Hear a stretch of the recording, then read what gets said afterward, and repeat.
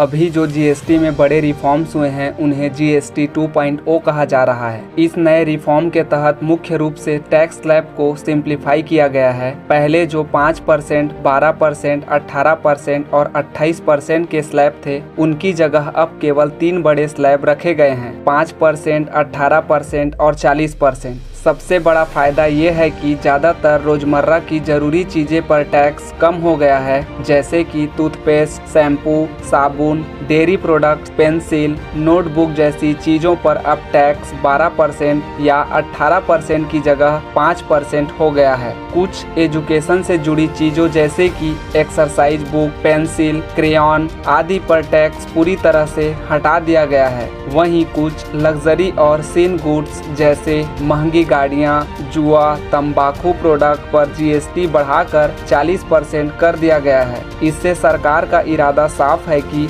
जरूरी चीजें सस्ती हो और लग्जरी आइटम्स पर ज्यादा टैक्स लगे। इसके अलावा हेल्थ केयर सेक्टर में भी रिलीफ दिया गया है, जैसे कि medical grade oxygen, thermometer, diagnostic kit पर टैक्स 12% से घटाकर 5% कर दिया गया है। हेल्थ और लाइफ इंश्योरेंस प्रीमियम पर भी जीएसटी अब पूरी तरह से हटा दी गई है। ये सारे बदलाव 22 सितंबर 2025 से लागू होंगे और इसका मकसद है कंज्यूमर्स को राहत देना, महंगाई कम करना और बिजनेस के लिए टैक्सेशन को सिंपल करना। इस रिफॉर्म का लंबे समय में इकोनॉमी पर पॉजिटिव इम्पैक्ट होगा, खासकर मिडिल क्लास और थोड़े कम इनकम वाले परिवारों को इसका फायदा मिलना तय माना जा रहा है।